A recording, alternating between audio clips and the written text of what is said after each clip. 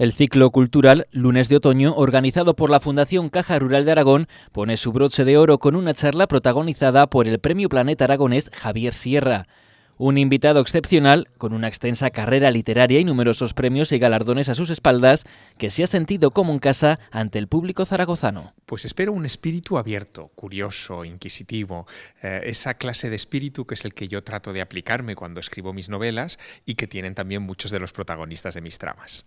Es un ciclo que se celebra en mi tierra, que es Aragón, y ser de Teruel lo que hace es reforzar ese vínculo todavía más. El autor de célebres novelas como El fuego invisible ha conversado con José Luis y Alejandro Corral sobre misterios y enigmas de la literatura, quienes han mostrado al público asistente la faceta más íntima del escritor. Tener a Javier Sierra es un privilegio, ganó el Planeta hace 2 años, ha entrado en la lista de bestsellers de New York Times en varias ocasiones y es quizá el turolense más universal en estos momentos. El gran éxito divulgativo que ha cosechado Sierra se ha visto reflejado en la gran expectación que ha suscitado su cita.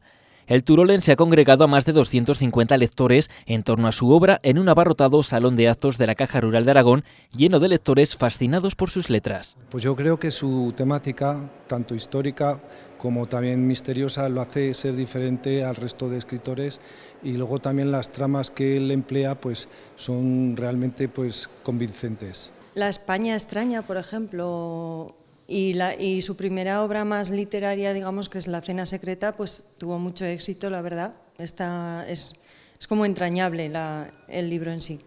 Tras el paso de Carmen Posadas, Isabel San Sebastián y José Calvo Pollato, la Fundación Caja Rural de Aragón dice adiós al ciclo Lunes de Otoño con la vista puesta en una nueva edición el próximo año.